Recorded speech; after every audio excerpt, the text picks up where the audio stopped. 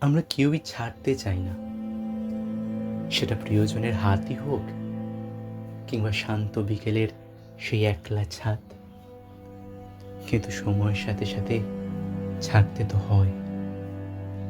এক কবি তার কবিতায় লিখছেন, জানতে হয়।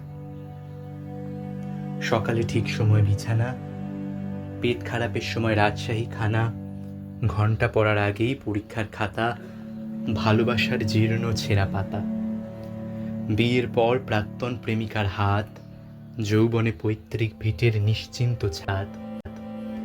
যেভাবে সূর্যের আলোকে ছেড়ে যায় অন্ধকার রাত, আর পাঁঠার মাংসকে নড়বড়ে দাঁত, ঠিক সেভাবেই ছাড়তে জানতে হয়।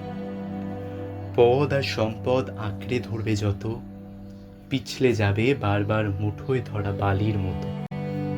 তাই সময় থাকতে ছাড়তে জানতে হয় কাকা, কারণ তাবেদারের দল ফিরে চলে গেলে এই পৃথিবীতে তুমিও সবার মতো বিলকুল একা। ছাড়তে জানতে হয় ষড়রিপু, কাম, ক্রোধ, লোভ, মোহ, মদ, মাৎসর্য। রবি ঠাকুরের মতো ছাড়তে জানতে হয় নাইটহুড, প্রতিবাদে। ছাড়তে জানতে হয় স্মৃতি, যার জন্য আজও তোমার মন কাঁদে। পেট কাটিয়া চাঁদিয়াল আকাশে ওড়াতে গেলে ছাড়তে জানতে হয় সুতো।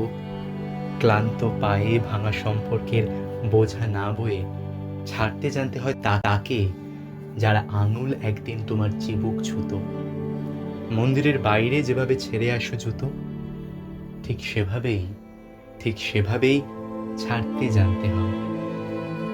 অর্জুনের মতো পাখির চোখে লক্ষ্য স্থির রেখে ঠিক সময় ছাড়তে জানতে হয় স্বর। অফ জাম্পের বাইরে ছাড়তে জানতে হয় বিষাক্ত বল, যা দুহাত সমান চলে তার কাছে শিখে নিয়েও কিভাবে ছাড়তে হয় পুরাতন দল। নীরবের কাছে শিখো কিভাবে ছাড়তে হয় দেশ, আর দালাই লামার কাছে শিখো ছাড়া কত সহজ বিদ্বেষ। শুধু ছাড়তে জানতে হয়। ছাড়তে না চাইলেও একদিন ছাড়তেই হয় পৃথিবী। ধর্ম বুঝে কবরের মাটি আর চিতাকাঠ মুছে দেয় এক জীবনের জলছবি। তারই মধ্যে কেউ কেউ অমর হয়ে যায়। তাই শিখে নাও ভায়া ছাড়তে জানার আর্ট, কারণ রাজা হও বা ফকির, মৃত্যুর পর বরাদ্দ সেই ৩.৫ হাত।